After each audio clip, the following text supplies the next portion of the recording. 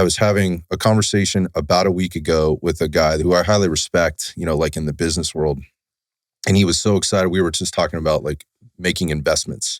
And I've not been very good at that my entire life. Like I have an aversion to certain things like the stock market, the banks, whose pockets get lined, the fuck games that go on there a lot of times. And look, I understand how things work. But I'm also, again, I have a little bit of an aversion to contributing to what I think is a little bit of is a shitstorm out there. And we've seen it. But I also know a lot of people that have made a lot of money on it. So anyway, I'm no expert on investment banking, but this dude is. And he gets so excited about it. And he's very proud of what he's been able to do and build inside the world of investing. And he's done it in a lot of different ways. And, he was kind of giving me a lesson or his take on how he got to where he is. And man, it was a long road for him to get to where he was. A lot of trials, a lot of failures, a lot of successes, a lot of losses. But also, there's a little bit of being in the right place at the right time, seeing things, forecasting that I think that came from him working with other people that were very helpful and influential with him. And being in the right place in the right time often is about who you're surrounded by, being able to take advantage of an opportunity when it presents itself. And I don't want to get too far into the weeds on this, just that this guy knew everything there was to know about his own portfolio and what he was going to do next and how that might impact other things. And he's been doing this for a very long time.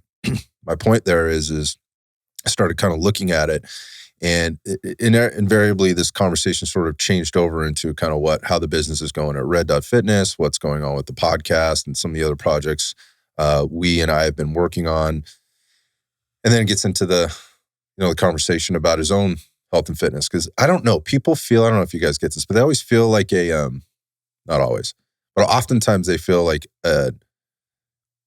they're pulled to tell you about their own fitness as coaches. Almost like confess it to you. Yes, that's what it is. Yeah. It's a confession. Thank you for helping me with that. So that's what this got to. Yeah.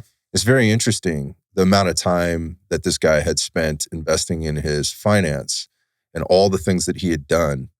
It was very relatable to investing in into fitness and in health, I think, in terms of the approach that you take and some of the basic principles. He'd used none of those. He's completely unhealthy. That's what I was going to ask. Had he made that connection at all? That zero. Yeah. And I don't think he's going to live to see his grandkids enjoy like any of the wealth that he's put together for them.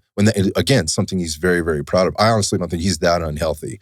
And it's sad to me when I look at that. But again, going back to that, making that connection between investing in health and investing in finance and the parallels that are there. And then more specifically, we got into like the investing or the, not necessarily investing, this brought up this conversation today, but the like building of muscle, deposits, withdrawals, having a plan to do so, and kind of things. I was like, maybe this is a good topic to maybe get people to think about things a little bit differently as it relates to, overall health and wellness. Because I think people can kind of wrap their heads around that, but maybe more specifically talking about investing in building muscle the same way you would kind of invest in building finance. Because going back to how we started the day with the drumming and the hobby horsing and things like that, the pounding, there isn't any investment going on there in terms of muscle building, and we already know what the end of that story looks like. Right? Those that have more muscle mass tend to have greater longevity, lower all-cause mortality, all the things. I mean, we talk about it all the time on the show. So maybe getting people to kind of think about it a little bit differently, because it can be a very confusing and complex, intimidating, overwhelming process. I mean, I've looked at finance that way sometimes in my life and building wealth. But if you kind of just look at it the same way, I think people can wrap their heads around it. I don't know how you guys feel about that and that topic, but I'd like to kind of dig into it today because I think we can draw some parallels.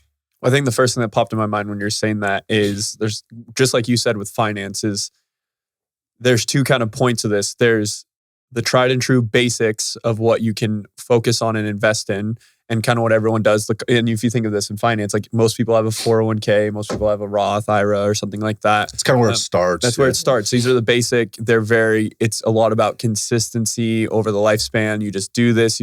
So a lot of people don't even think about it. It's just consistency.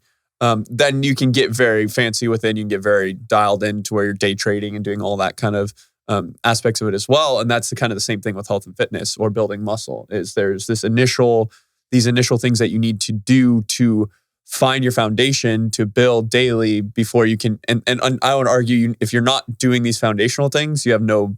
If you're not investing in your retirement right now, you probably shouldn't be spending all your money day trading. I would argue. I'm not the most financial experienced either, but I think that's a pretty sound thing to say, right? You need to invest in the basics first.